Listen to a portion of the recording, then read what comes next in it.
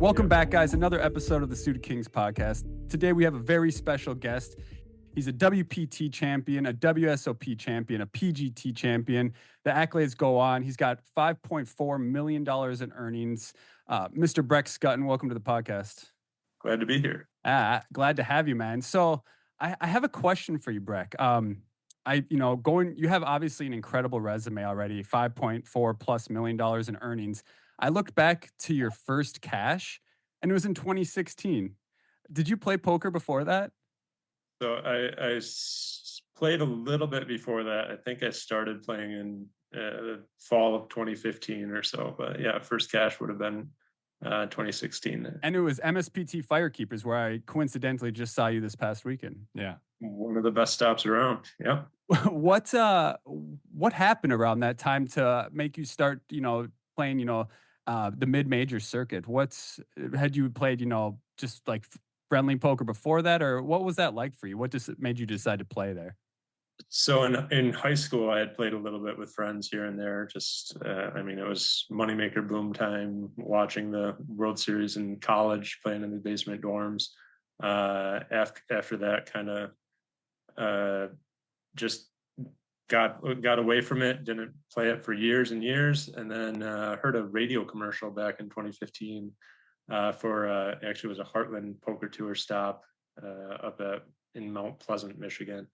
At Soaring Eagle Casino, and thought we'll go up and play. I played a satellite up there. I think I bubbled the satellite, and then still came back the next day to play the main event. Okay. Oh, wow. Rest in peace to the HPT, by the way. That was I only got to play a few of those events, but I always enjoyed them. Yeah, they were good. Yeah. Okay, and then so that was around 2015, 2016.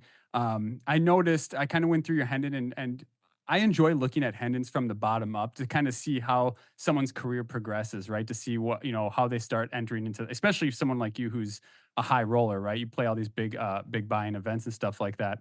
I noticed it looks like your first score, I don't remember what event it was. It was maybe like 70 or 80K.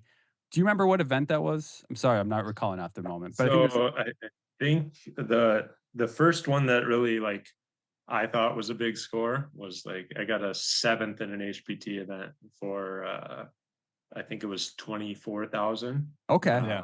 So that's where that is a big score.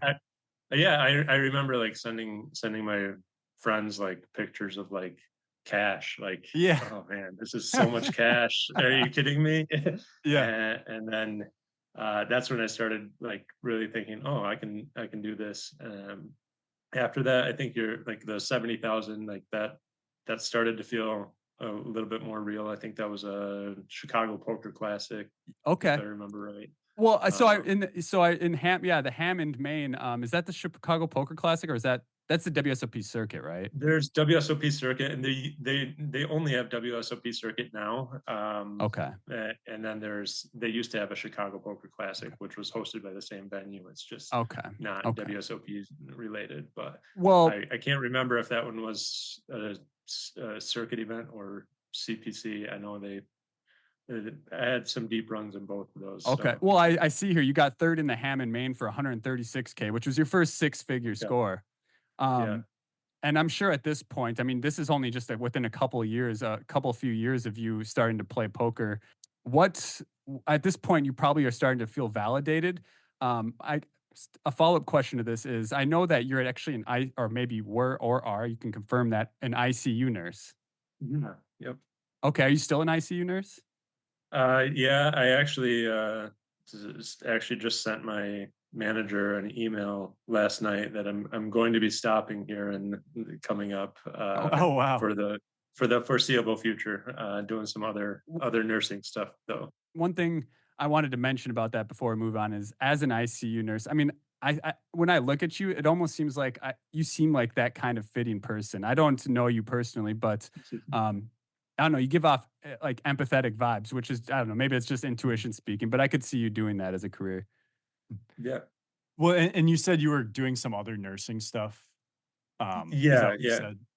Yeah. We, my wife is a nurse practitioner, and we actually just started a weight loss medication clinic here in Michigan. So Oh, Nice. okay. All right. Working on that. I'll ask some questions about that later then. So, once you hit this 136K score, what was life for you like at that point? Do you still, I mean, this is pre-COVID still, and I know you're still doing ICU stuff at that time. Are you just, are you working full time and playing poker, as a weekend warrior, or what's that look like for you? So that one was actually before I started nursing. I was actually a realtor, so I was selling houses back then. And then during the time of that score, I was actually in school to going back to school to become a nurse. So it was. I had gotten a job as a nurse tech at the hospital. I was going back to school. I was selling real estate on the side. I was playing poker on the weekends.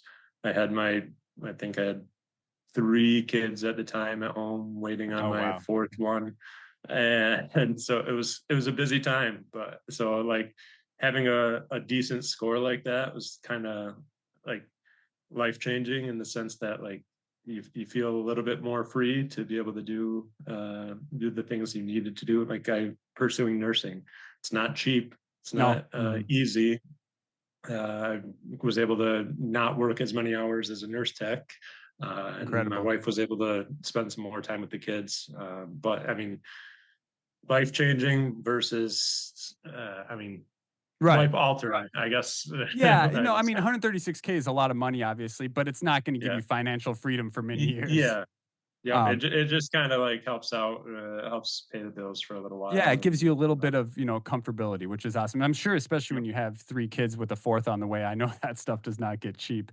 And actually, Yeah. you and I relate on a lot more than I expected. I've been a realtor for the past 10 years as well. Okay. Yeah, and then I was a PCA before that, so I did personal care. Yeah. Um, so we kind of relate on a lot of that stuff. So let's kind of skip forward now. It COVID happened. You've been an ICU nurse. I'm assuming that was probably a crazy time for you in 2020. Yeah, it was hospitals super busy, super full, lots of death, lots of Yeah. Yeah. pain, lots of people having issues, like coworkers having issues with like mental health because of everything we were seeing at the time. And Well, we're all aware of how kind of, trying those times were. And I noticed also looking yeah. at your hand, and it almost looks like, I'm not sure if you didn't play poker, but you didn't have any cashes in 2020. It's probably because you're busy working. Yeah, I mean, I don't think there was too much in the way of poker at the time. Unless you wanted to I, sit I behind mean, plexiglass, yeah, cages. even that I don't think came out really until really late in the year, Okay. and maybe early 2021. Okay. Um, Yeah. so I know they canceled most like the Midwest tours, which was like my bread and butter. And I'm pretty sure they made the WSOP was online that year. That's That's correct. the Yep. Yep. one Damian Salas one, I'm pretty sure. Yeah. Yep. After he final Um, tabled it like a couple of years before that in the yeah, main yeah, one. What a yep. sicko. Oh, there's my But cat, by the way. so I didn't play, and like I would have played local stops still if I were available, but I mean nothing was available towards me. So then coming into 2021, I kind of told my wife like I need to play some poker. So I found the first big stop I could find, the first big live stop, and said, okay, I'm gonna arrange a trip, which I hadn't really done. I'd done a couple of trips to Vegas here and there for like World Series events, like Millionaire Maker stuff like that, but I hadn't Sure. done like Did this I'd happen to be never played a Sherpo? WPT. Yeah, yep. Okay. So That's super exciting. Go ahead. I didn't mean to interrupt. yeah, no. So it was the biggest buy-in event I'd ever played at a 3,500, and um, played the WPT at Seminole Hard Rock in Hollywood, Florida, and it's kind of a funny story because I went to register, and the turnouts for that event were um, through the roof. Like Yeah. everybody was, 2,400 plus everybody entries I wanted to read. play. It was over after COVID. It was the first event really that ran, so everybody was there. There were extremely long waits to get into the tournament. Okay. So like I fired a few bullets, which I wasn't sure I was going to, because it Okay, was the Sure. biggest event I had played. The value probably helped with that, though, knowing that the up top was going to be so big. Yeah, yeah. And then I went to fire another my final bullet towards the end of the last day one, and the people at the cage just were like, well, they're on a lot of alternates. You're not going to be able to play for a long time. Right? I don't think you want to be playing this tournament. And They I'm like, really well, tried to wow. That's they surprising. tried to talk me out of registering for this tournament, and I'm like, well, it's okay. I came all the way I here. understand. I'll wait. So then I sat there for probably 2 hours after the end of late reg, waiting for my alternate number to be Wow. called. Sat there with a buddy and talked for a while, and then got in and ended up shipping it. So Might have been one of the So- best decisions of your life, honestly. yeah, for So- sure. So how many big blinds did you start with when you were eventually seated? It's the WPT events are pretty deep, so I Okay. think I still had like 20 or 25 or something like that, and that was like an hour and a half after late reg. I'm not 100% sure on that. That's like the Okay. Midwest sweet spot, 20 to 30 bigs. Like we all know, Yeah, like yeah. I mean, if you know how to play 20 to 30 bigs, that's where you're going to be at the most out of all big it's blind pretty much games. all tournament poker for the most part. Yeah, Yeah, that's it fair, really fair, is. very fair point. So this was in 2021, right? Yeah. Yep. So the first time I remember seeing you was on Poker Go for the WSOP in 2022. You made a couple of final tables. Yeah. You got second place in a 50K for like 820,000. Yeah. So what, because in 2021, this 3,500, that was your highest buy-in. How quickly did that jump up? You're playing 25, 50Ks. So after winning that one for 1.2, that we talked about life-changing money before, and this was a little bit more Truly. life-changing than the previous scores were. I kind of started to branch out to play some different events. I think I went to Poker Masters that summer or fall or whenever it was, and played a few events there in their 10K events. And I had some success. I had a few final tables there, and I mean, financially, it wasn't anything crazy, but it was kind of like reassuring to me that I could play with good players and in that buy-in level. So then working my way up from there, the next World Series I came in, and I've got a little bit of gamble in me. Sure. Don't we all? Well, maybe not all of us. Me So more we so than took Wes. Yeah, we took I took the whole family out to Vegas for the summer, and with one of the first nights we got there, before the World Series had even started, there was an event at the MGM Grand, and it was a mystery bounty event, and it was $600 event. And I thought, well, I'll just play this, and then I'll work on wiring some money out for some of the World Series events throughout the summer. So then I started playing that one, and I thought, well, if I do well in this, maybe I'll just take some shots this summer because that's my bankroll for the summer. And so then I ended up winning that one for 72K, and that was my bankroll for the summer. So then one of the first events that of the World Series was a 25K. So I'm like, well, let's fire it. I mean, I've played some 10K. Can I pause you real quick? I have a quick question. At this point, are you selling action or anything like that? No, Just No. firing it. Good I've got for that you, game. man. I love to hear, especially when you're smashing scores. Go ahead. Just my philosophy is parlay. It's like, Parlay. Hey, you if did. You if parlayed think well. something, you just parlay it to something bigger, right? But yeah, so I fired this 25K, ended up getting fifth in it, I think. And this is like loaded fields. I think the final table was me, Chris Brewer, Chad Evesledge, Josh Aryeh, Jake Schindler, Corey Aldemir, like All crushers, everybody. yep. Yeah, everybody. I know all of them. They don't know me, but Even better, man. Right. Yeah, Well, exactly.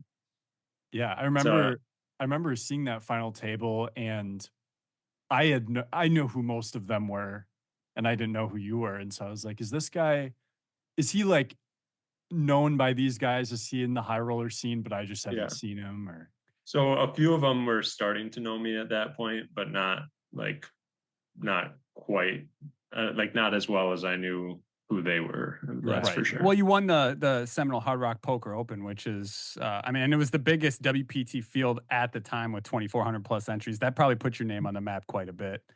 Yeah. Yeah. Yeah. So you So were you scared hopping into these high rollers considering I mean, not that I think, the fields are just different, right? In a high roller where, and the Firekeeper's MSPT, do you adjust your game from a tournament like that to a high roller? 100%. But I feel a lot more comfortable on a high roller. You do. Yeah. What is it just the about way that I makes you play. feel more comfortable? The way I play, I feel a lot more comfortable with my decisions because I know if I'm making the right decisions for poker, then it's the right decision in this tournament rather than you go to Firekeepers and you sit down with a bunch of people. And this is not exclusive to Firekeepers, but the smaller buying events anywhere. You sit down with a bunch of people and you get these people like scoffing at you because you've opened two hands in an orbit, and they're like, "Well, Mr. Aggressive over here is trying to bully the table," and they're like really exploitable, but like you have to use like different exploits for them than you would in like a high roller playing against Yeah. GTO people. Well, Wes and I have discussed this previously on the podcast with other guests and on just different other strategy-esque episodes. But, in these big, mid-major and lower buy-in fields, playing exploitively is going to be the most profitable in my opinion. Whereas, you play in one of these big high roller events where everybody's GTO studied, exploiting is going to be a lot more difficult. I'm sure, it might be almost smarter to try and exploit knowing how they play a little bit more, but I'd assume you probably, I don't know, what's your reaction to that? Yeah, I mean, I was just gonna ask, like, and you kind of answered it already, but in the high roller fields, do you think people are truly trying to imitate a GTO strategy, or do you think it's just people are closer to that, so the exploits are fewer and far between? Well articulated, yeah. I think there's some people who definitely try to just play straight up GTO, but then there's like it's a different mix of people because you have those GTO players, and then you have some wrecks in the field that you like are exploitable in the way is like that a lower stakes tournament you could be exploiting. But then you have other players who are just kind of field players that are just throwing chips around, doing what they think is right. I mean, not that they're bad players, but they just do what they want. But they do it with a more aggressive frequency and a better winning strategy than what you see at some of the lower stakes tournaments. So. Okay.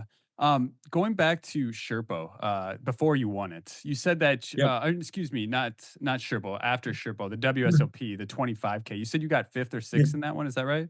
Yeah, I got 5th. I think I called off, and it's still a spot that I question all the time for like basically called off for the chip lead after, I don't know. Do you want to hear the hand? We'd love to.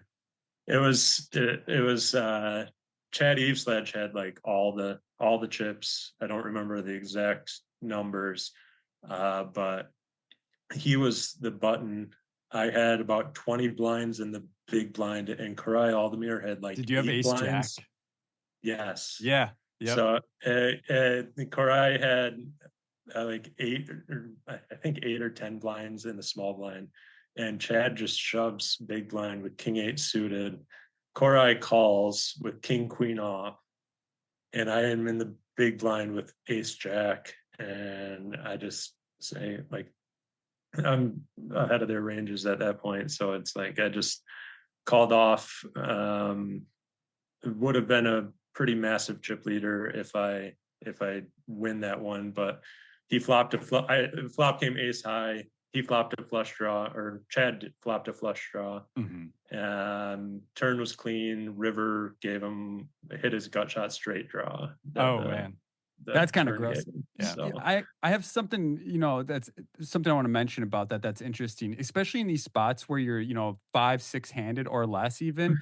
Um, and when I won my MSPT, I had a kind of a similar situation where I had a spot that was close, but I decided to take it because not because, because of like the chip EV, but because if I were to win that pot, I would have all the chips in play to just dominate the rest of the table from there on out. yeah, for sure. So that's Like why I took yeah. there's spots in tournaments where like it might not be like the optimal play, but like sometimes you just got to take those spots because if you're right in that spot or you win in that spot, like you just go on to win the tournament. And Yeah, tournaments are it's so such a high top heavy frequency. Yeah. that you just gotta you gotta go for the win sometimes.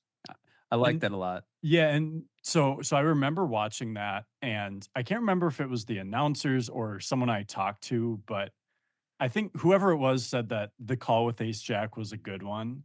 And I think one of the things too is like you had Aldemir covered. So even if you Yeah. bust, like Yep. if Chad busts you, he probably busts both of you. So you at least ladder to fifth. Yeah. And Um, that was part of my thought process for that was like, okay, I'm at least laddering here. I mean, assuming Korai doesn't double and then Yeah. I bust. But so I mean, and from that standpoint, I think I would have been the lowest stack at the table or Mhm. shortest stack if I just folded and Korai busts, or even if he doubled. So Yeah. then it's like, well, then I'm just in shoving mode, or I mean, the 3-bet shoving mode and Yeah, yeah. open mode. But so I know there was some mixed reactions about what I should have done in that case, but I was comfortable with my decision. I think Yeah. it's important, and people will always, whether it's right or not, people will have their opinion. So Yeah.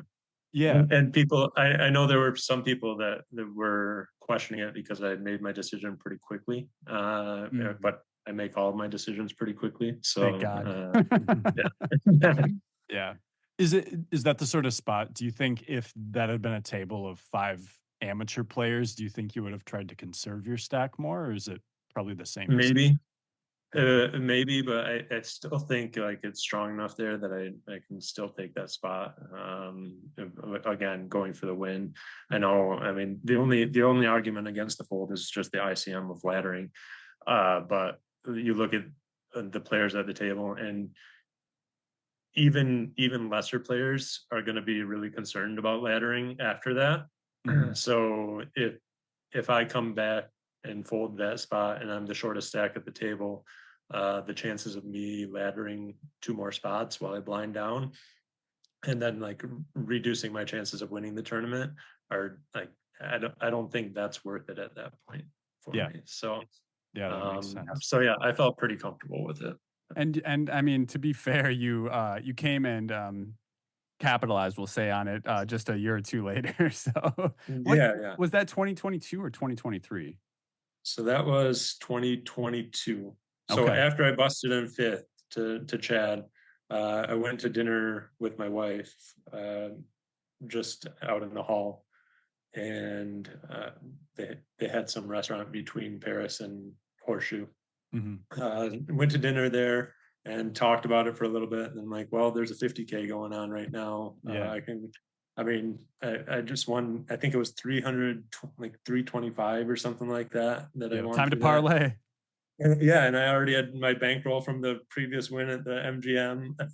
So I'm like, well, it's going to be a profitable summer, so let's parlay into this 50K. So I went and late regged that right after dinner there. Did you get second in so that one? I got second in that one. Yeah. Oh my goodness. That's That's for like 800 something K, right? Yeah, 820-ish. So think. at this point, you take your family out to Vegas, you play an MGM mystery bounty, and then a few weeks later, you're up $1 million.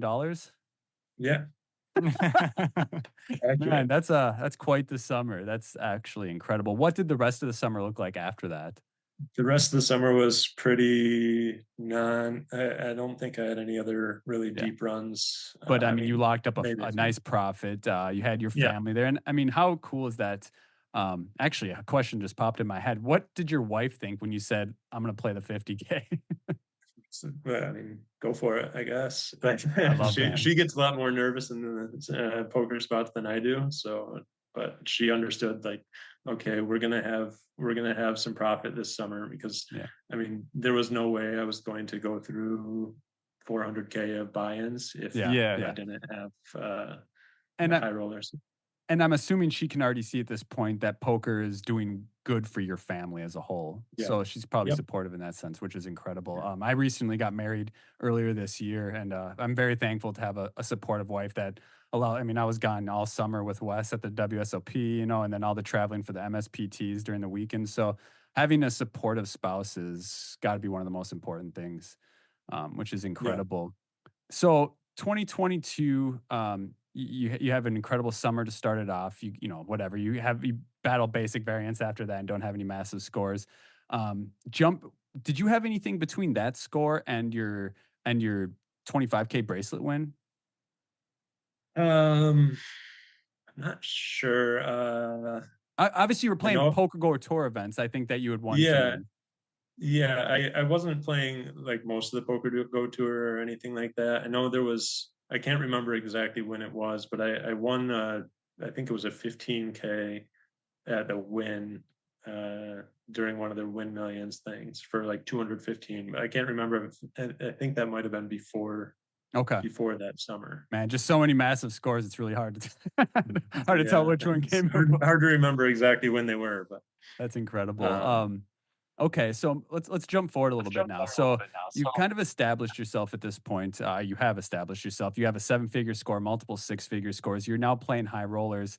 The 2024 WSOP comes along, and you're ready to fire away. I assume, is that right? mhm, for Um, sure. the the 25K six max, was that at the beginning of the summer then as well? Yeah, it was one of the first events. And if I remember correctly, I don't remember the exact number, but it had a massive turnout, right? Yeah, I think it was 280 or somewhere Yeah. in that I mean, range. that many people putting up 25K is incredible. Yeah.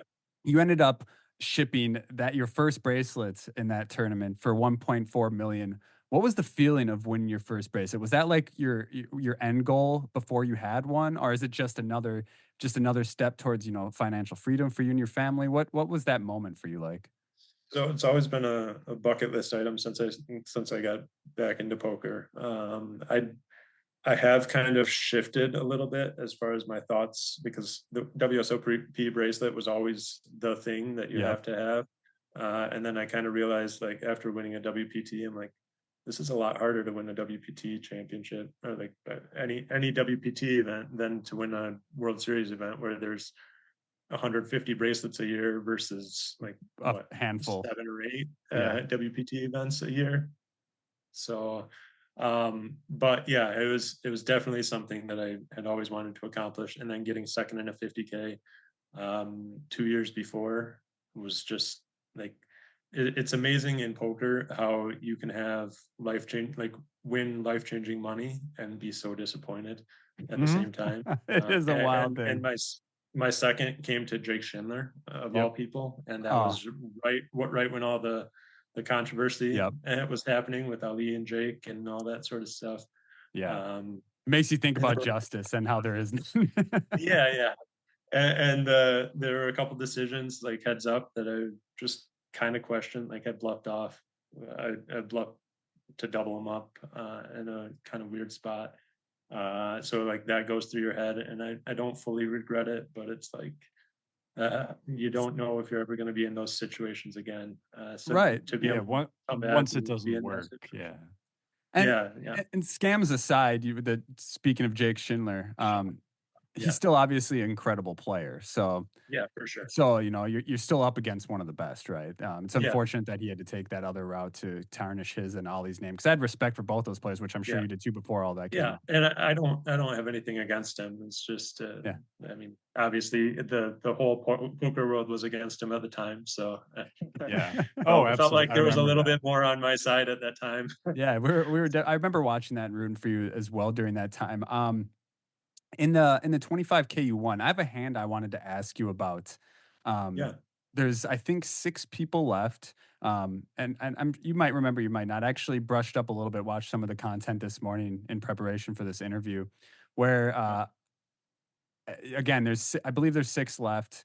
Uh, Everybody's right around the same stack size, so 7 to 8 million, between 6 and 8 million, I should say. It folds to the small blind, who opens the ace king of hearts. Is this ringing a bell for you yet? I believe so. Was that Taylor? Taylor Van Kriegenberg or Kriegenberg? something? I don't remember his name. Yeah, Taylor Van Yeah, Kriegenberg. Von Krieger's, but yeah. Yeah, Anyways, you so I think I I had believe Queen 10. yeah, you had queen 10 off. So I believe the blinds were 250K. So you had 24 bigs, he had 25 bigs. Yeah. You defend queen 10-0. The flop comes, I believe it's deuce 6-8, deuce of diamonds, 6-8 of spades. There's no heart. He bets 800 into, what is it then? I think it was just about half pot. Yeah, because he made it 800 pre, right? Yep, yeah. So plus the big blind, Yep. so 800 into 1.85. Yeah, so just under half pot. You take an interesting line here. I love it, and I'm curious what your thoughts were here, but you float with no backdoor. Yep. At this point, I'm curious because of ICM consideration. Obviously, the pay jumps are massive. Everybody's dead even, so I guess maybe there's not as much ICM consideration for that reason. You're not really waiting for someone to bust because everybody's so close. Are you floating here player dependent? Or are you is there a conviction play where you just know that if he checks turn, you're just going to bet and he's going to fold so frequently? Or what's your thoughts here at this point? A little of a few different factors. Taylor's an aggressive player. Okay. So like he's going to be raising a lot of hands, like any ace basically in that spot. Yep. Random like bigger kings, stuff like that. He's going to raise. He's going to put that pressure on when he continues on the flop for. Like it seems like kind of a large sizing. It did seem a little bit larger, yeah. For that point in the tournament, it just to me, it's like he doesn't have those over pairs, but that he's just trying to it seemed like he would have gone for a smaller amount just based on how Taylor try and plays get value typically. for his hands. Yeah, or his made hands, I should say. And just like even induce if he wants me to shove on him or something if he's comfortable with his hand. Yeah. Okay, so sizing played a big role here in your flow. You know that a lot of times, I mean, not that you're ahead, but that he's oftentimes just has ace/king high type hands, and that if we, on a ton of different turns, if he checks, we can just win this pot. Yeah, I love that.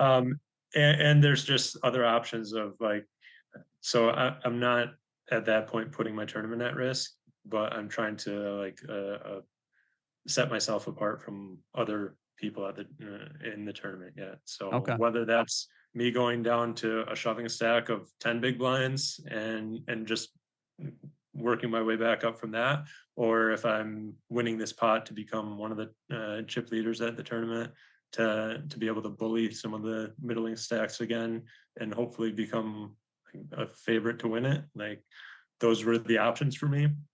So I think the rewards for it were what outweigh the risks of making that play for me. I appreciate you explaining that. I really think a lot of our listeners, this will help them think beyond how they currently think. They're kind of stuck in the hand and what they should do in that hand, but there's a lot more elements they need to pay attention to, like how the game will play after the hand is over. How your stack depth will be. Yeah.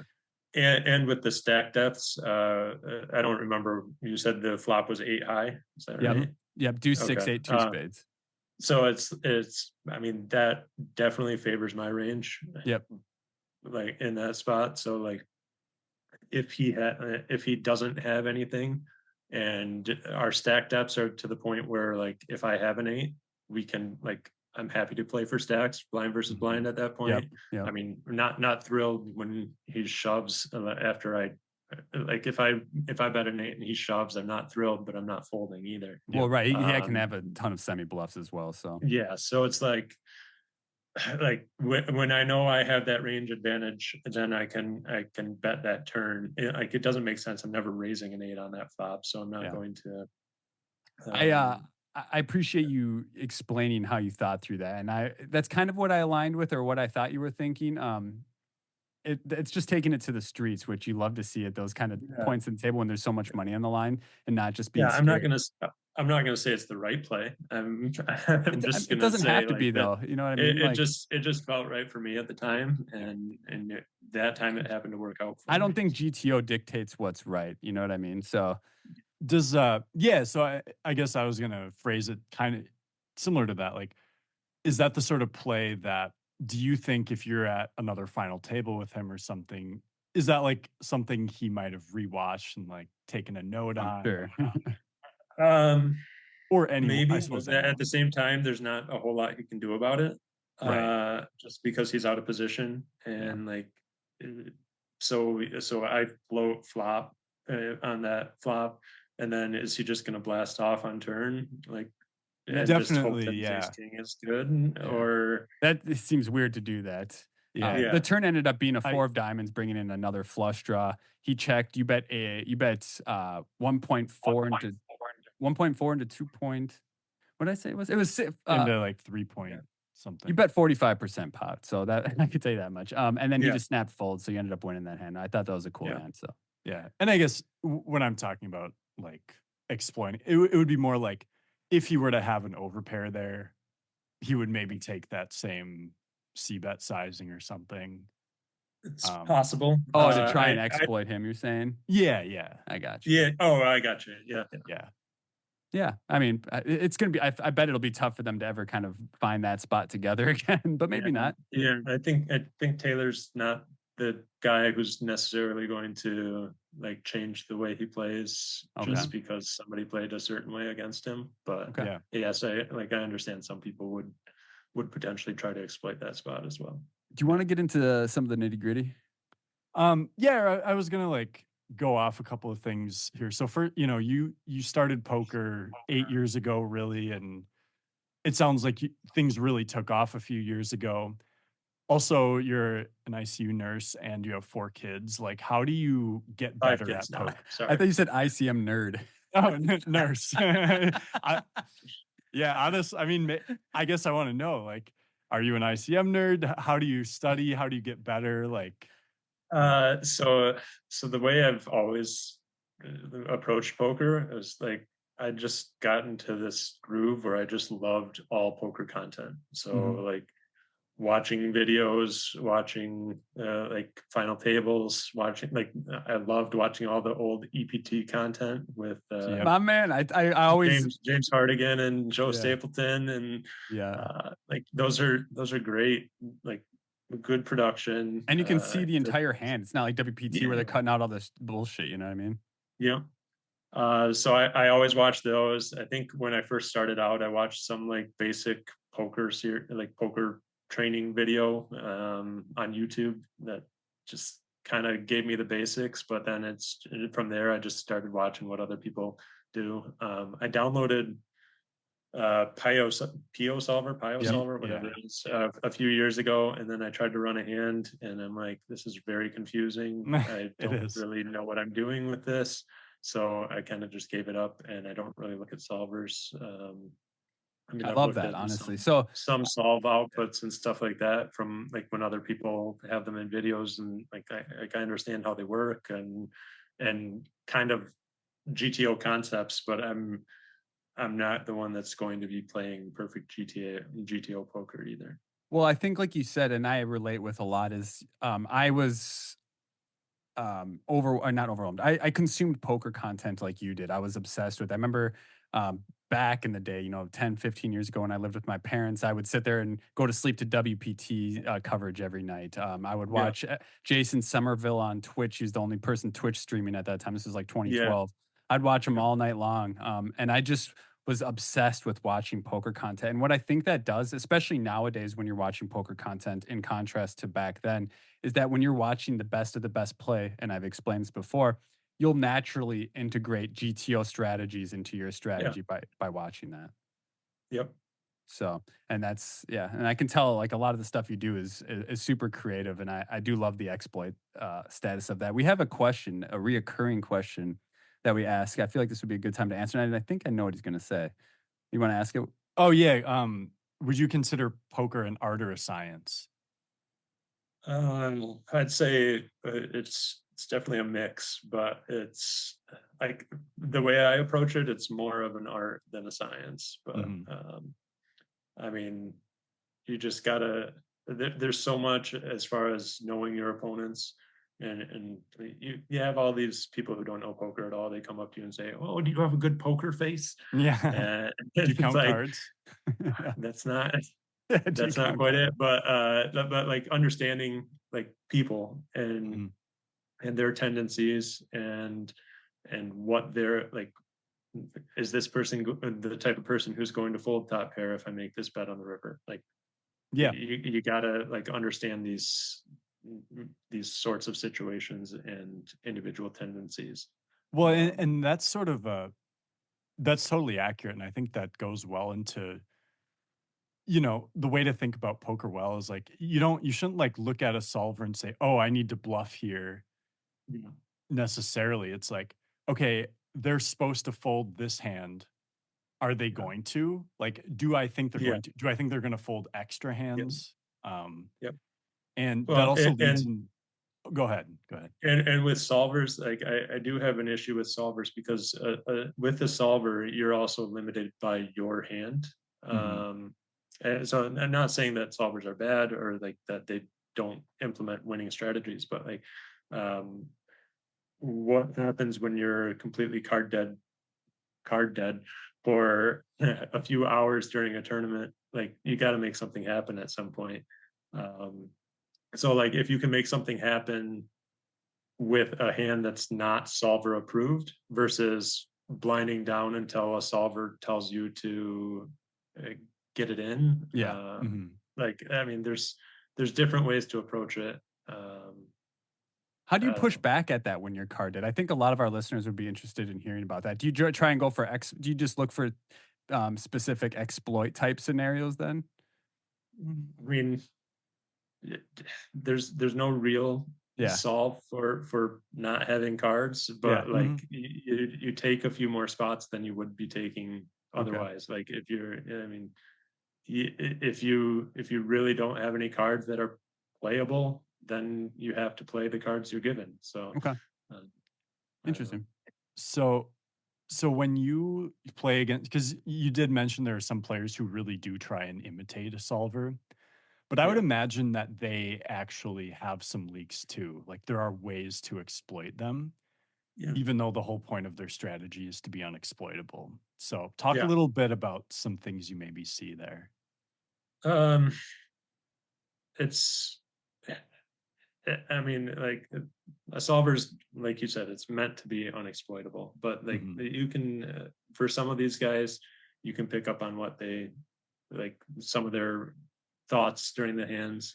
Yeah. Like I said, with Taylor, like the sizing seemed a little off for what it was. I mean, not that Taylor's a full GTO guy or anything Yeah. like Yeah. that, Yeah. but like Mhm. those sorts of things come through sometimes.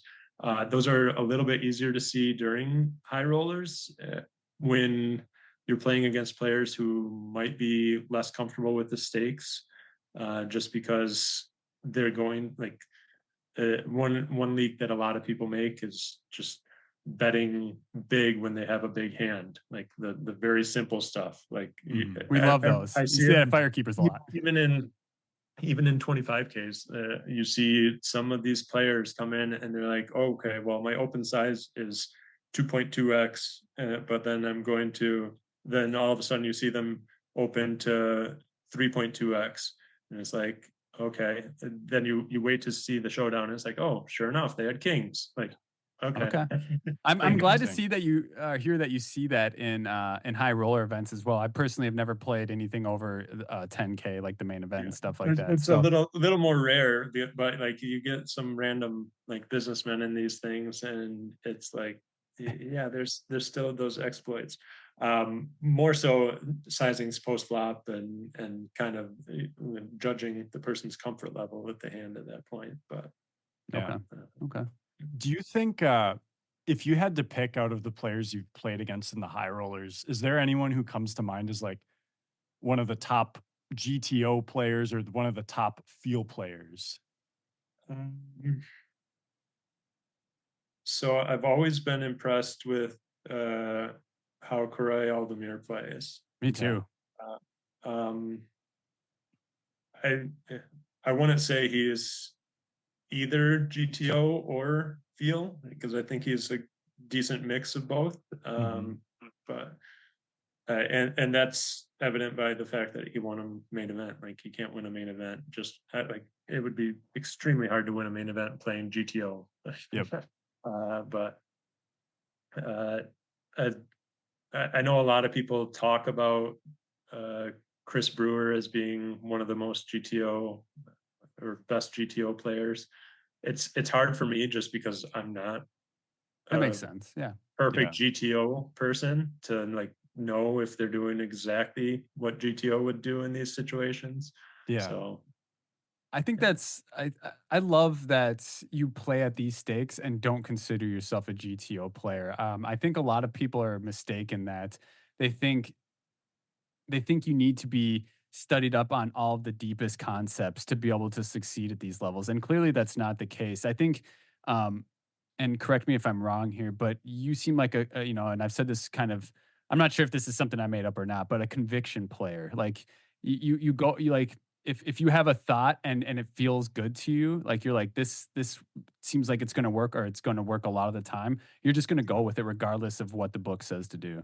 yeah, I mean, there's always a thought process to decisions, but Yeah.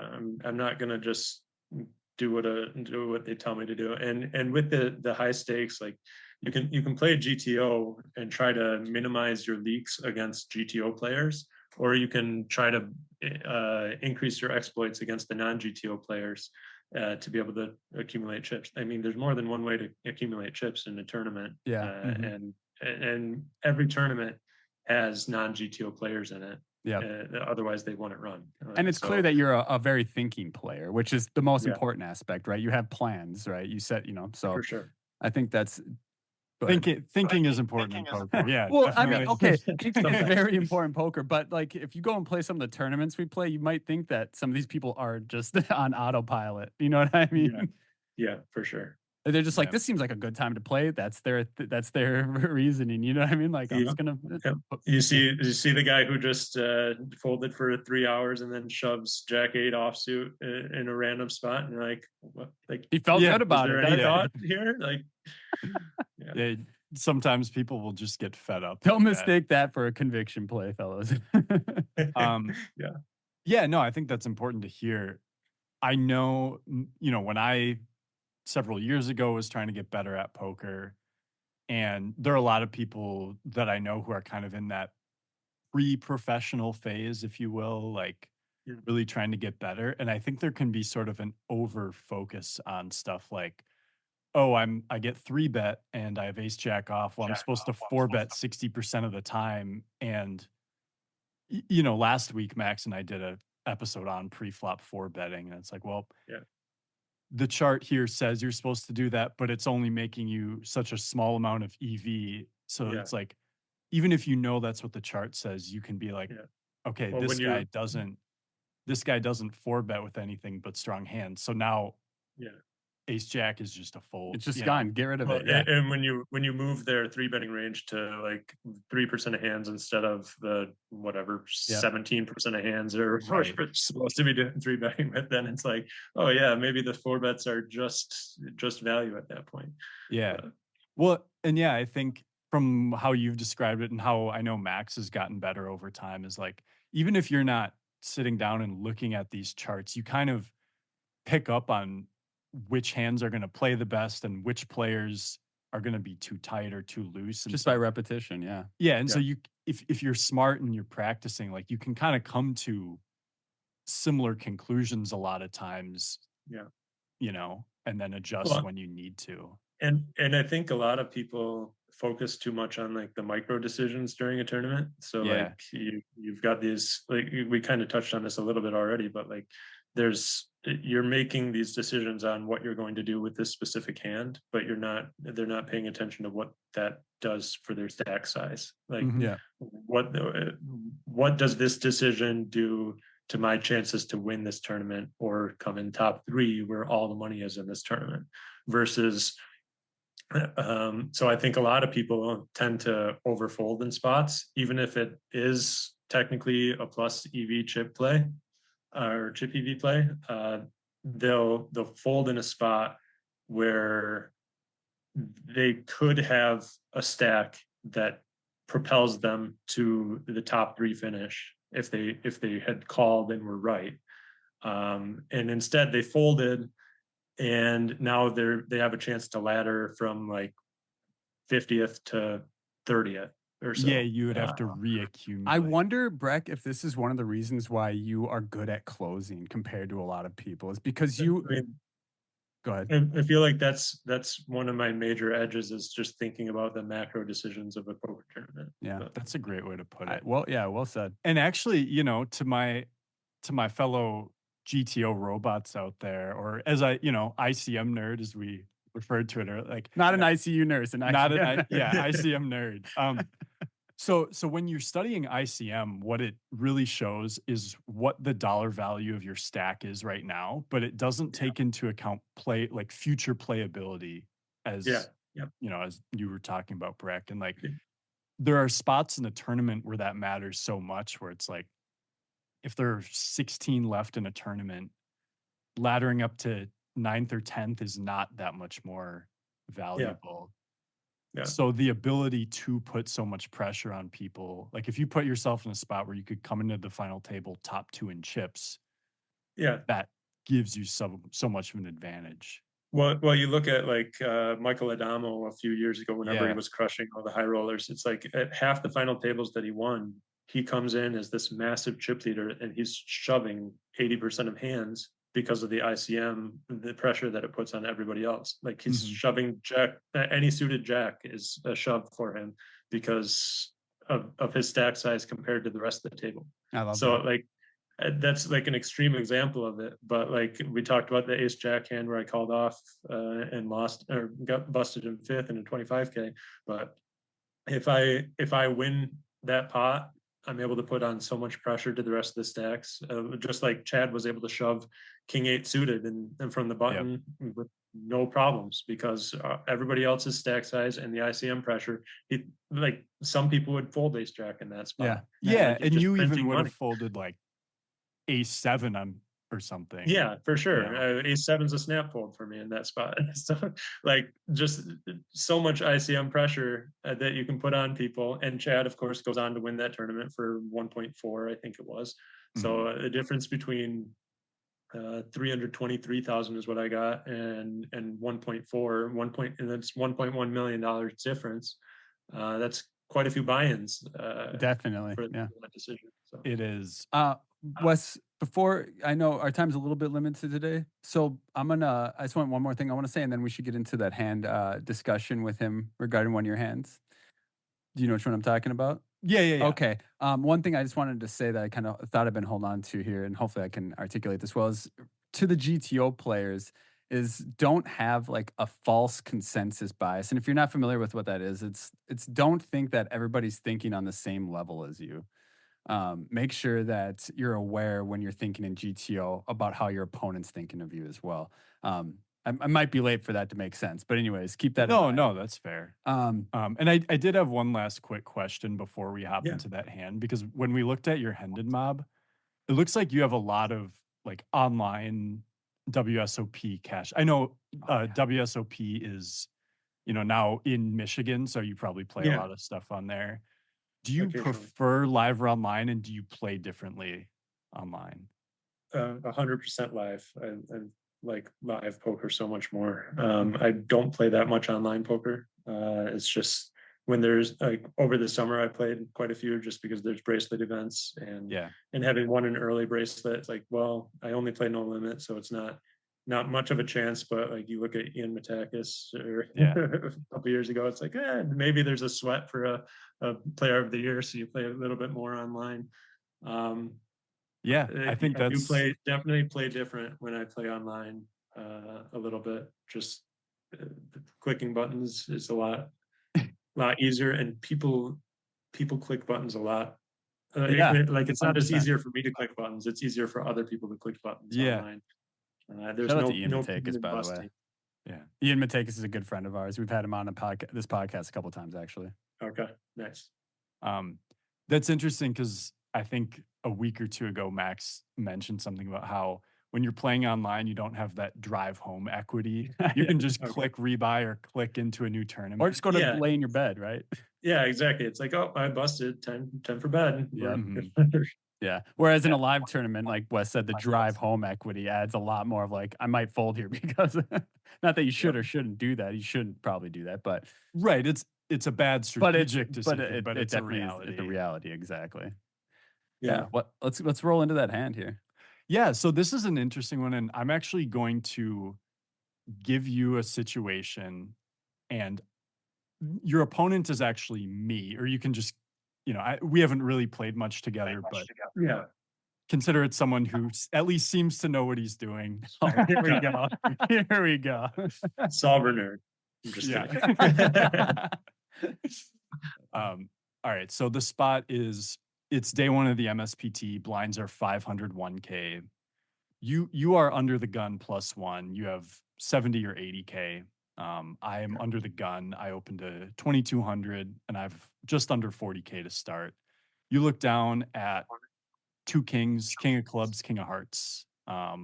Assume you're 3-betting. What size are you going to go to here? So most of the time, this is Firekeeper's MSPT because that the table read is a big issue here. Yes, I mean, Firekeeper. obviously, like some flats come into play when you have people behind with shorter stacks or super aggressive players who are taking advantage of those spots. I mean, a little less so under the gun and under the gun +1 because like 3-bets are going to be protected by under the gun's range at that point. But yeah, I'm basically just anywhere around 3x is fine at that point. I mean, I would go 3, maybe. I mean, both players are 80 bigs deep. So I opened off of, I had just under 40 bigs to start the hand. Okay. I mean, at 2.2. So yeah, I think 3 is reasonable at that point. Okay. And it leaves it open for possible 4-bets from jacks or queens or something like that. But okay, so in this spot, the villain chose to go to 5,500, which is a little bit small. You opened at 2K, right? 2,200. 2,200. Okay. So he went 2.5x. Okay. Folds back to under the gun, who calls. We're just gonna pretend it's not me now. So under the gun calls. You're under the gun 1 with kings here. So pot is. Do I, as the villain, know what I'm doing? Yes. Yeah. So this is a guy who he plays full-time poker online tournaments mainly. Gotcha. The flop comes Jack 10-7 with the 10-7 of clubs. Okay. And we have which kings? King of clubs, king, red king. Okay. Under the gun checks, pot is 13.5K. What's the strategy here? I'm mostly betting, probably 40% pot, something like that, and get some chips in. I mean, could go bigger if you wanted to, just because there's at this point in the tournament, people aren't folding gut shots for 1 bet, so like may as well exploit that. And if he's got ace king, ace queen, I like that. Get ace jack's not folding, so you can get a little bit more out of it. But at the same time, I don't know that you're going for 3 big streets of value from this hand in this spot, but possibly depending on the rest of the run out. Yeah, it's Jack 10-7, right? With 2 clubs. Yeah. Yeah, it's a sort of spot where it's like under the gun player could have a lot of, 10-9 suited, queen jack suited, ace queen, ace jack, ace 10 suited, pocket ace. So I like the size tons of to exploit that. Yeah. Okay. Yeah. Yeah, and so the under the gun 1 player in this hand went 4K, which is a little small. Yeah. Like 25%. So that's like quarter pot. Yeah, between quarter and third. Somewhere in there. And actually, I will say I can't say this for sure, but I think if we looked at a solver, I think it would like the big sizing here. I think, there's just makes sense for all the reasons you said, for sure. Yeah. Anyway, so we go 4K under the gun calls. So pot is 21.5 now. Okay. The turn is the 9 of clubs. So third club, and it brings, an 8 makes a straight, king, queen makes a straight. Yeah. Um, Under the gun checks. What are we thinking here? I mean, I think you can go with a mix here. I'm mostly just going to check back, just because if you're betting, you're going to you're just over repping your hand. As a, I mean, as a 3-bet, you're not going to have what 8 are you going to have in your range? Yeah. So you can have you block the king queen, and you've got that gutter. It was 9-10 jack, right?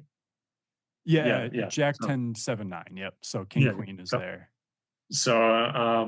so I don't think there's any reason really to bet at this point. Just keep the pot a little bit smaller, and then possibly pick off bluffs on the river. I kind of like that, because if you were to bet as the under the gun one here, and like he said, because I mean, what are you 3-betting under the gun one with? That includes an 8. You could maybe have king queen suited, but I think it's exploitable. So if you end up deciding to bet like kings with a king of club here, some good players might try and try and take advantage of you here. Yeah, And then you just hate life Yeah. with kings and a king of clubs. You know what I mean? yeah, exactly. Yeah. Well, and I would also even without taking advantage, it's like under the gun can just have a better hand a lot now. So, Yeah.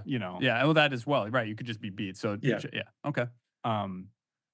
If you had would you value bet a set here on this board?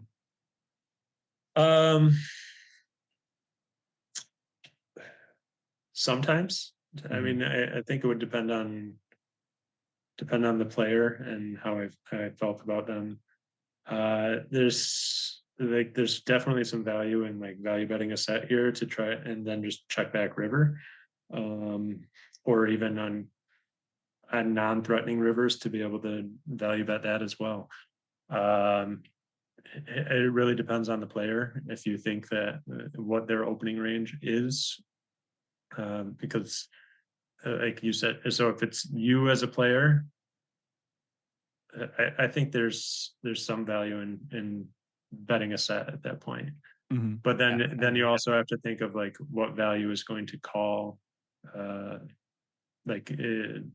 what set do you block so that you're blocking their 2 pair hands that really have to pay you off in that spot.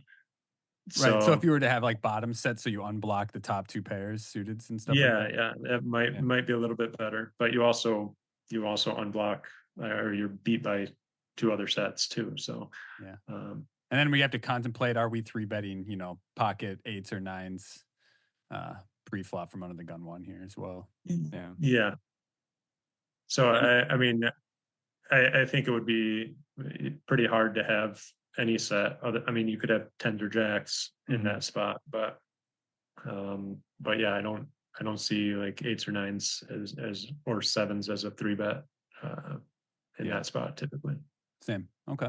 Yeah, I would agree. I think I think if you had a set, there's an interesting discussion about betting small to sort of charge, there could be ace queen with a club, there could be queen jack that has an open ender that doesn't really want to pay off, but you get value because they have a draw with it. And okay, it kind of range is kind of getting narrow at this point. And I think also we talked about macro decisions as well, because and this already comes into play, even though this is definitely during the rebuy period of this tournament. It's the macro of the rebuy period is okay. Potential of winning this pot puts me in a good position moving forward to move on to the money and deep in this tournament.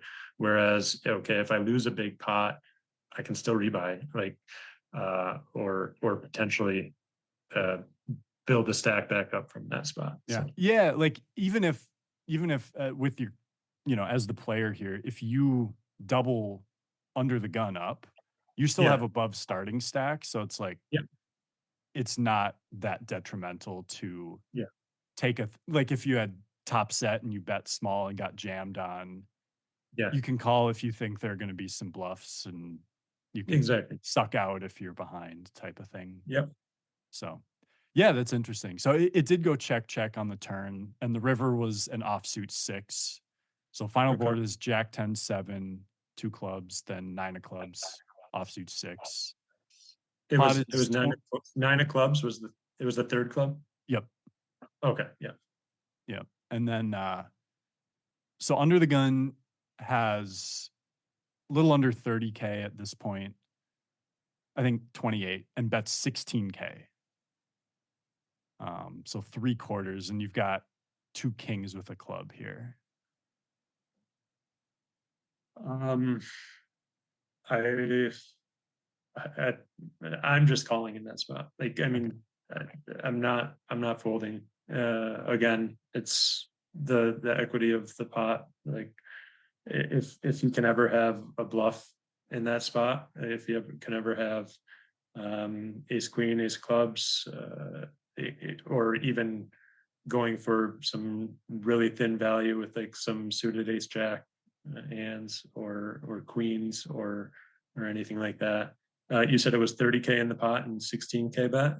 Is that right? It's so the pot is only 21.5. And he So bets the stack was okay. just under 30. Sorry, I misthought about that. I mean, I think as long as you can keep some of his bluffs alive, I think you can profitably make that call still. Like, Yeah, That's why this guy wins millions of dollars. yeah, yeah. No, I mean, It's a good read by you. Yeah, yeah. I mean, I in the moment. So me as the under the gun player, he did call and he did win. yeah, And at first I was a little surprised because he took a while to think about it. And I was like, God, because I know personally at least that I'm not gonna value bet top pair or something for a big sizing there. So it's like, yeah. That's a good point. yeah. But So what are you gonna value bet for your big sizing there though? Well, that is a good question because I'm like, oh, I can have some nut flushes. I can have king, queen, pocket eights. I think I would value bet, like if I had pocket nines, I think I would value bet. That being said, though, if I had flopped this, like pocket jacks or tens, I think I might still just call free flop because we're in such early position. Yeah. But either way, if I flopped a set on that wet of a board, I'm probably check raising it against that small size. So we can remove sets for that reason. Yeah. Yeah, so for sure. Sets and Jack 10 suited are kind of tough to have. So, I could, and maybe I'm probably check raising if I flop a straight too. And so when I looked back at this hand later, I'm like, God, it was probably a good call, especially because so I guess what I was thinking is, God, ace queen is like my only hand that just doesn't get there because ace king I'm 4-bet jamming. Yeah. But then I'm like, well, there are still like 16 combos of that, and I mean, and he blocks the king combos, like king queen combos, which there's only like 2 combos of that because like are you really just peeling king queen under the gun to an under the gun one? Yeah, are you peeling king queen off? Like, I don't think that's in Firekeepers they might. They might, but if you think you're right, it's a good player against a good player, then it's kind of a weird spot to call when you're 40 bigs deep with king queen off under the gun. But what did you have, Wes? I had ace queen with the ace of clubs, and it was actually this part's kind of funny. I was like 95% sure that's what I had, but I'm like, I'm pretty sure the queen was the spade, but it was ace of clubs, black queen. I'm like, honestly, I'm not even gonna look. Let's turn it over and see. Yeah, I don't want to look down. And imagine if he is just a nut flush. Yeah. Well, I mean, that's not a bad way to bluff too. Like if you truly don't remember your hand and it's like, do you need to look at what suit, like on a 4 flush board? Like if you've got like a red ace and there's four hearts on the board and you don't know what that ace is, You can have the red you ace. can You bet the can have same it, yeah. thing and it just randomizes your bluff at that point. Yeah, and So I figured it's like if it's a flush or if it's ace high, I'm betting this. The whole point is that I'm betting the same anyways. you should be betting the same with a flush. If you're going to bet it for value, you should be betting the same amount with the You know what my bluff. favorite So part about Wes here is that he can remember your hand from however many years ago with Ace Jack, but he can't remember the two cards he looked at. Five. Hey, I was right. I was right. It's a I good- knew what they were. Just giving you trouble, brother. Yeah, no, it is funny though.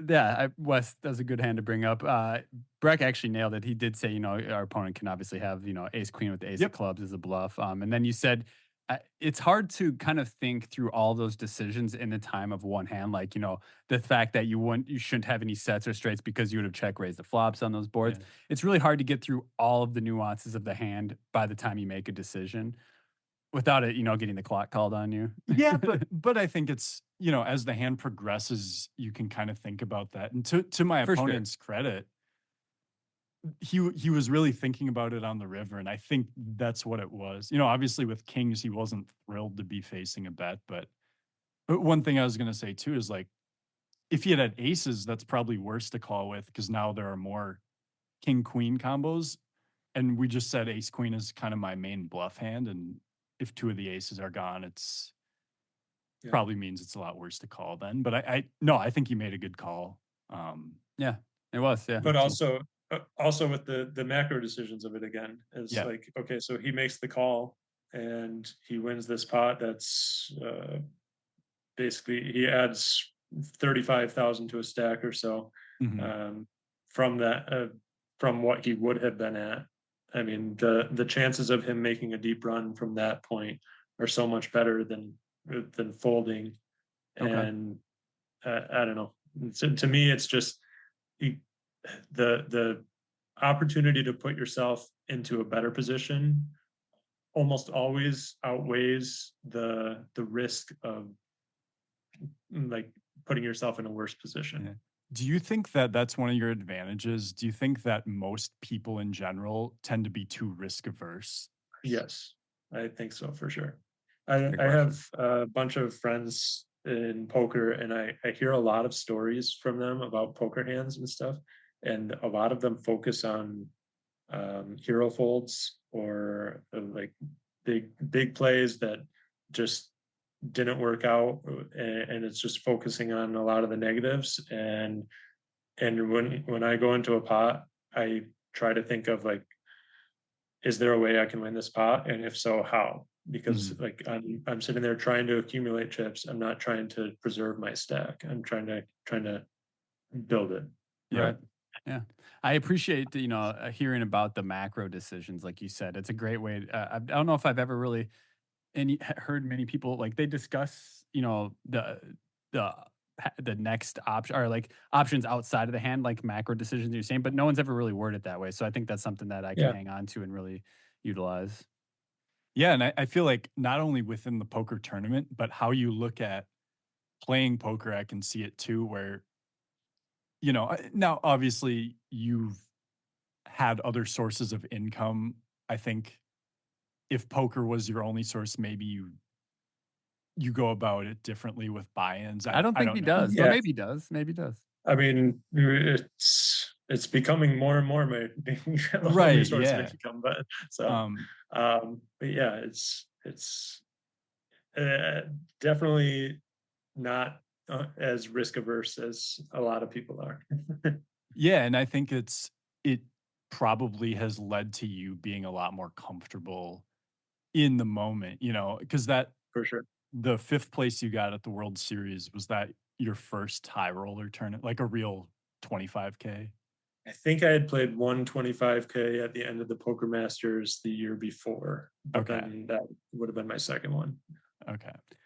Brek, very thankful that you came on and discussed and, kind of let us dive into your mind on poker a little bit. It's very exciting for us to have people like you who have had great success in poker to kind of pick apart and see how you think and then to see the differences between all of you and how each of you think. That's one of the most beautiful things about poker, right? Is that we're not all on the same thinking or thought process, and to see how each one of us separates is super incredible.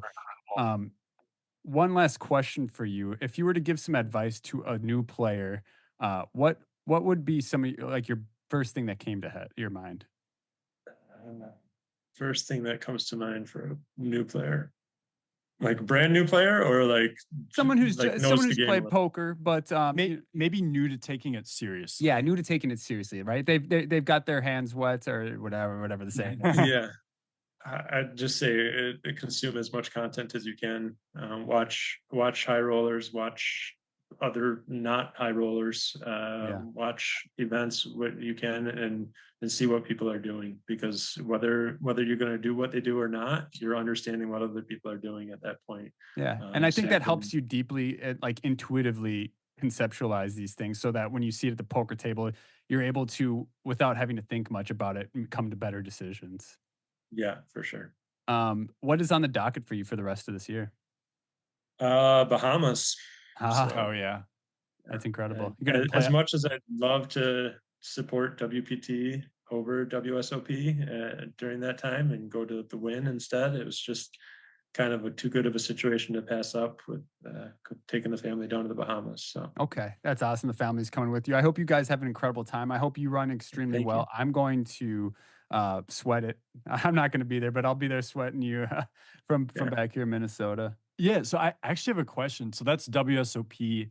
Are they doing that thing again where if you win 2 bracelets, you get like some big bonus? Because you've already There, won one this year. I there remember. might be. I don't know. Okay. I haven't heard about it. I just know they've got some promotions about depositing and giving you 14 nights free down there and Oh stuff. So wow. that's a big thing. Well, if So you yeah, just win some more money, man. We Yeah. look forward to that, and let's I just hope win you. a 50 mil guaranteed tournament and That's see how that incredible. goes. That's insane. That's a 25K, right?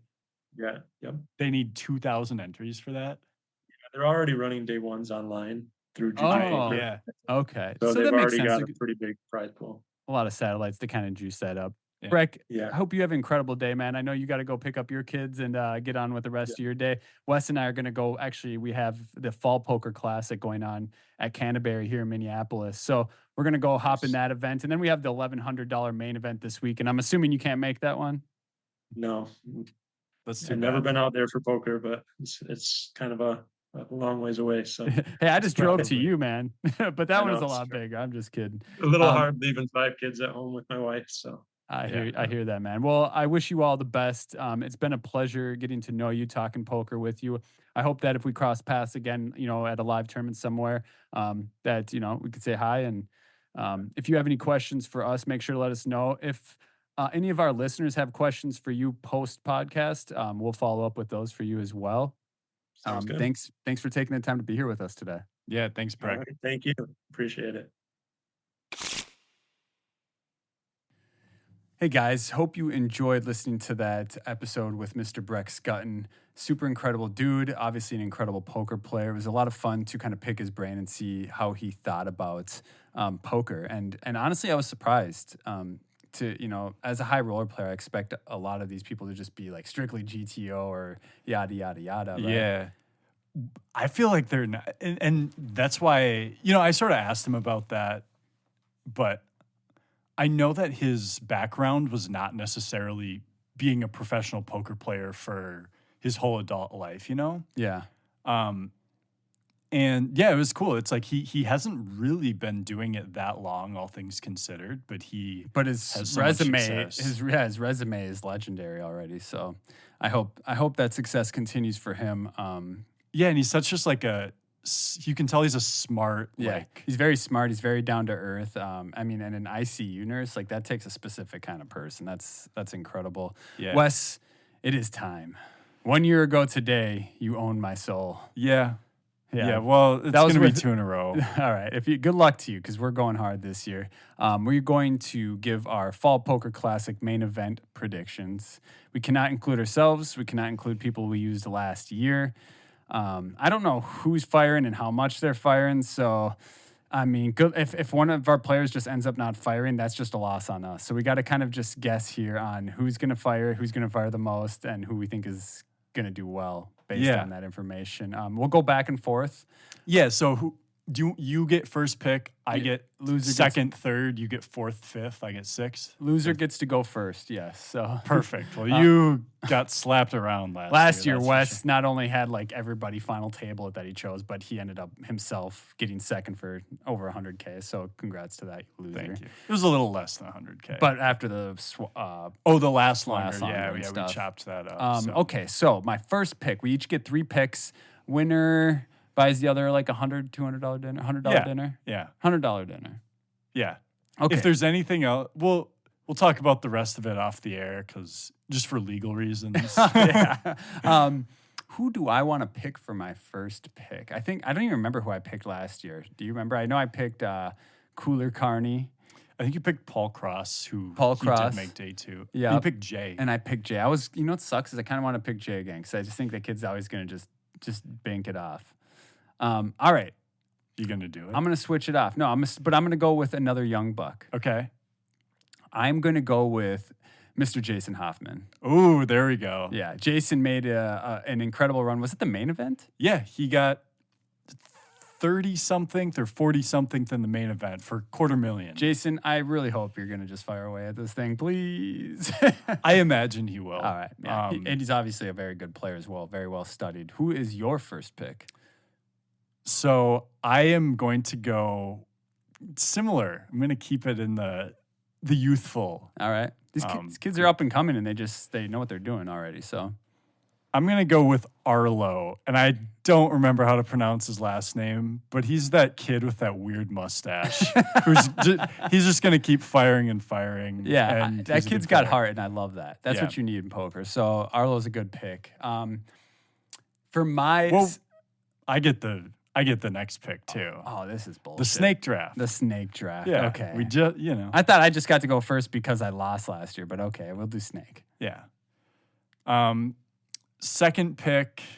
You know what you told me earlier today is that Angela Jordison is actually not coming to the FPC main. Yep.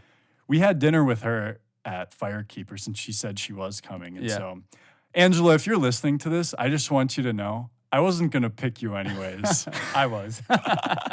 She's been just absolutely slaying it.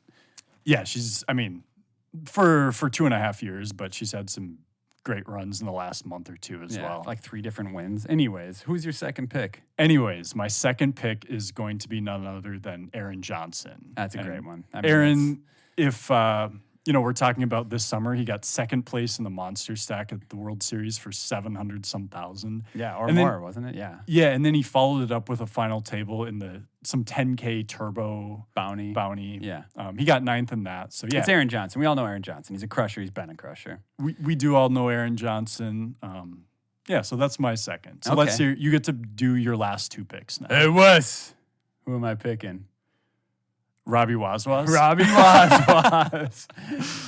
Gosh, yeah. You can't go. I mean, it's the Waz, right? Yeah. Waz appears real, and I'm going to bet on it. So I got Robbie Wazwaz for my second. There you go. And we're just doing 3 total, so give me your third. It's your turn to pick. Oh, snake draft. I don't bet sports, so I don't really know how these draft things work. But, all right, so we cannot pick ourselves. A good third. Can we pick each other? No. That would be... I don't think we should, but that would be some real conflict of interest there. Yeah, I think so. I don't like that, so no, we can't. But a third player. Okay, you know what? We're going back in time to the younger generation again, the upcomers. Okay. This kid has been absolutely slaying it ever since I first heard of his name. I think last year. He's currently I think he's the leader on the Minnesota Player of the Year race or whatever they call it. Yeah. I think that's what it's called. Leo Pinamonti. Leo Pin. Yep. Leo Pin. Yeah, we'll call him. He's a Discord member, a local crusher. The kid just does it. So I feel like I've seen his picture on Twitter, X, whatever, so many times just for winning Canterbury Dailies. He's probably won more dailies than J-Bex. That could be true. Honestly. They should play a heads-up match. Yeah, that would be good. So, yeah, I'm going to go with Mr. Leo Pin. There you go. What do you got? Oh, I got a couple ideas, but I think I'm going to go with former guest on the podcast, Richie Alsup. Oh, it's a good one. Richie's always a safe bet. I mean, yeah, it's Rich. That dude just absolutely slays. Should we just, for fun, like pick someone random that we don't know very well that we think might do well, just for fun, like a fourth? Yeah, I guess maybe you do your, because I don't know what you mean by like. Just someone that we don't really, I don't know. I guess I talk with most people. Maybe it'll be, you know what, let's just leave it at Leave it at that. Yeah. I was going to say, let's just pick people we think are bad, but then we might offend some people. Yeah, let's just pick one that we don't think is going to make it, but we want to root for them. Yeah. That might be salty on someone's end. So we'll Yeah. that one I mean, out. I already did that with Arlo, but Oh my God. I Just wouldn't kidding, have gotten Arlo. there. Anyways, guys, thank you so much for taking the time to listen to this podcast. If you enjoyed it, please leave us 5 stars. We that helps us get to the top of search lists when you're looking for us. We also have this on video, so make sure to check it on YouTube. Search at Suited Kings Poker.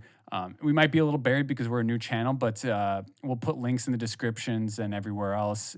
If you're in there, please subscribe. That helps us get to the top of the search engine. So that's much appreciated. A third plug, we got 2 more. Yeah. We got our Discord channel. So if you haven't joined our Discord yet, go to @SuitedKingsPod on Twitter. Click the link right there at the pinned tweet. You can get access to our Discord. Again, that'll be, you know what? Don't even go to Twitter. You can just click in the description. I'll have a link in there. And then lastly, we have Clubs Poker. It's an online poker site here based in the U.S. It's a sweeps coin poker style site, we'll say. Yeah. We have meetup games every Tuesday. So if you'd like to play with Wes and I, we actually have one tonight. What is the date today? I know we struggle with that. Well, it's tonight, the 5th, October 15th. You guys won't hear this until it's over. But As you guys are listening to this, the next one will be Tuesday, October 29th.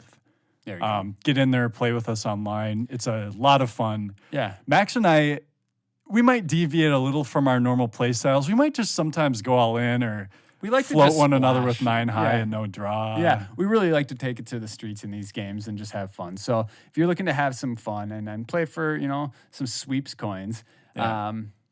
come join us. Yeah, come have a good time. I'll have a link in the description for that as well. If you have not signed up for Clubs Poker, please sign up using the link we provide. That helps support the podcast. It's very kind of you guys. We love having you on there. And with that, we will catch you guys on next week's episode.